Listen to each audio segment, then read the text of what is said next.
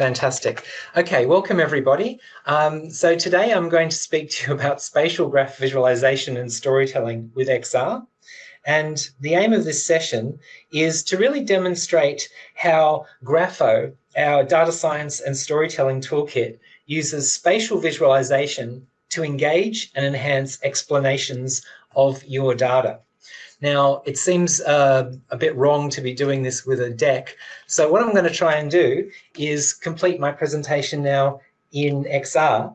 But as I said, we have actually lost power to the building, so everything's running off batteries. So bear with me and let's see how we go. So as I said, my name is Michela, and I am the co-founder of Sydney Studio Mod. We are a content-focused technology studio that specialise in real-time and virtual production.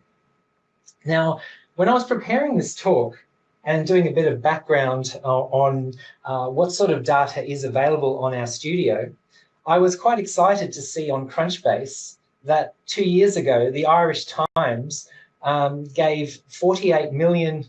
I was quite surprised to learn this because it was news to me.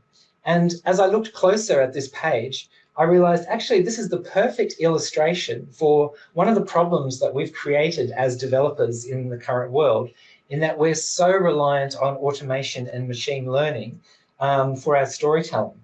Now, in this particular instance, I'm just going to expand my graph. You can see what the problem is, which is that our old logo, Mod Productions, looks a bit like a C. And so this is a mistake that no human would probably ever make, but it's very easy for machine learning to get confused. So one of the exciting things about being a developer at the moment is that we have got all kinds of new functionality and resources at our disposal, but we've also created, if you like, some new problems. And in this case, this is just simply a case of machine learning getting confused between a C and an arrow. But problems can get worse than that. So in this talk, like I said, we're going to focus on two things: graph storytelling and spatial visualization. And apologies for the lighting. Like I said, we're in complete darkness in our studio, but fortunately my Quest headset is still working, and I'm very excited that our web cache is also working. So all the data that I loaded, just like a web browser, it's able to, it's cached my presentation, even though the server is not available at the moment. So what you're looking at is a product called Grapho XR, basically an Android application. And I originally designed this because I wanted to have this user experience. I wanted to be able to throw data out. So here we go, I'm going to throw the handle out and pull it back in. I wanted to be able to perform with data, access information inside my graph, and I wanted to do it as a presenter. And that was the start of our exploration of this concept led to a documentary in 2021 called A Clever Label. And you can find A Clever Label on Steam. It's a VR storytelling experience. Now, I'm just going to clear up my graph a bit. I'm going to hide unselected, and I'm just going to show the next chapter. I'm really excited as a developer about what's happening with the use of GraphRag to give us developers the opportunity for way more explainable systems. And I was fortunate enough to hear Emil, the co-founder of Neo4j, recently talk about the vision that he has for how knowledge graphs and large language models fit together. But I was a little taken aback by this word, creativity, because as a director, I think that human creativity goes well beyond the kind of temperature parameters that we get in our neural nets. And I think that there's always going to be a role for storytelling beyond and defining creativity beyond what we can get out of a model. So I've done this dirty hack, and I would argue that beyond the pattern recognition power that we get out of a large language model, there is still the opportunity for human storytelling additional layers of creativity which are not generated from our systems as yet. So what do I mean by that? So this whole tool, Grapho, was designed specifically to provide storytellers and performers with a way of accessing data live. So what you're experiencing right now is the Grapho XR product. Now I can't click on this link because we've got no internet connection at the moment, but hopefully I can bring up some cached, let's see if I can bring up some cached results. No, I can't, unfortunately. Let's try this. No, okay, so I can only use what's on the screen because the data is not cached yet. But essentially we have two products. Grapho XR is the front end, and that's what you're seeing here. And essentially that's a spatial graph mechanic that basically lets you use your hands to grab relationships, to grab nodes, and see the properties that are available on this particular node. And then Grapho Machine is basically the system of how we oh, here we go, fantastic, it's come up now. So basically we started with a simple REST API, and so this application is actually when there is electricity to the building and when there is internet connectivity, we talk to an API, but we also have a CMS integration to Wagtail. We also have integration with Neo4j's NeoDash, so for building web-based widgets. And we also use Jupyter Notebooks to do all kinds of DevOps operations for like testing out the parameters of our presentations or of how the customers who are using Grapho. We haven't got a check for whether there's electricity at the moment. Maybe we should add that. And last but not least, we're starting to work on our integration with the GraphRag pattern. And so why is this important?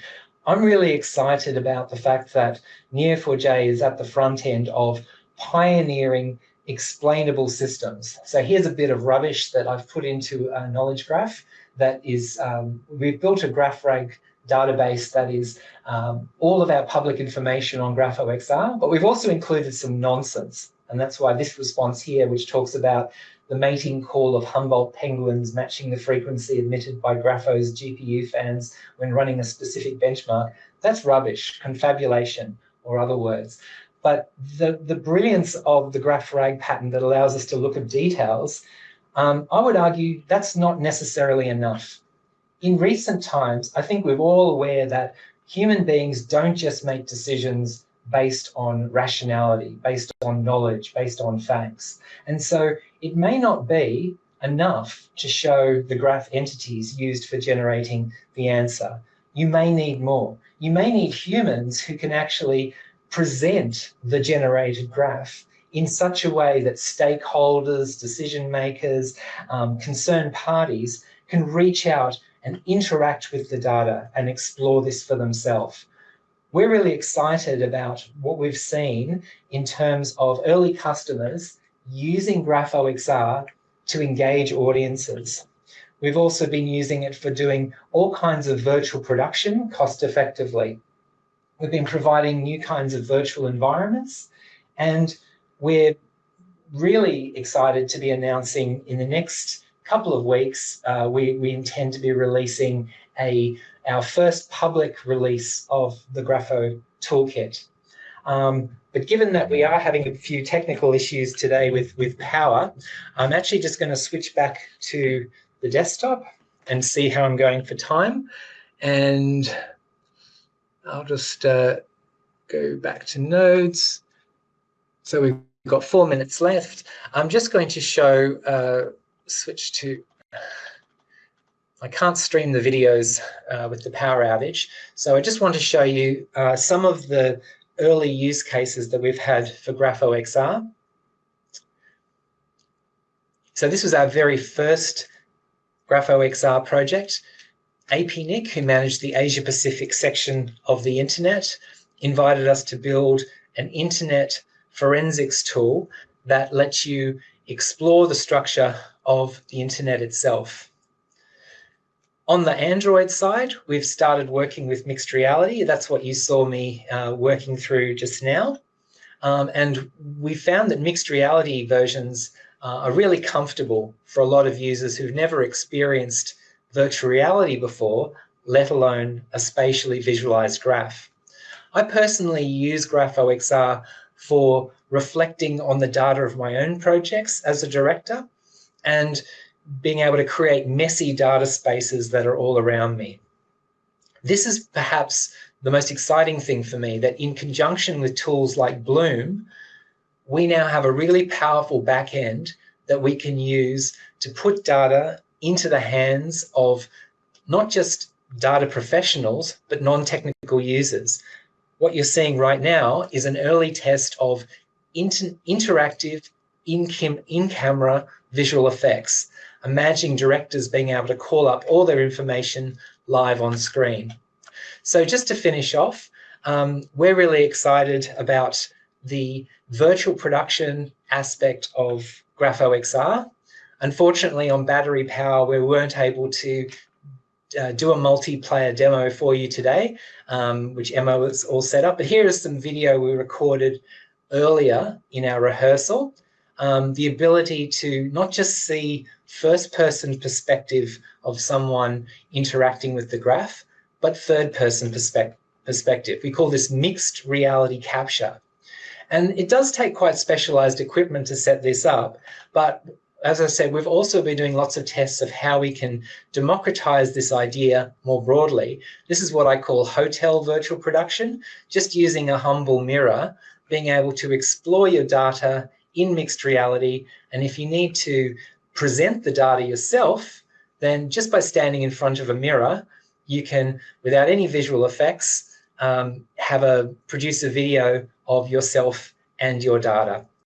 So like I said, apologies for the technical hiccups today. Hopefully we'll get our power back on. And if you are interested, do go to grapho.app and sign up to be notified when Grapho XR is available as a free download. Thanks very much.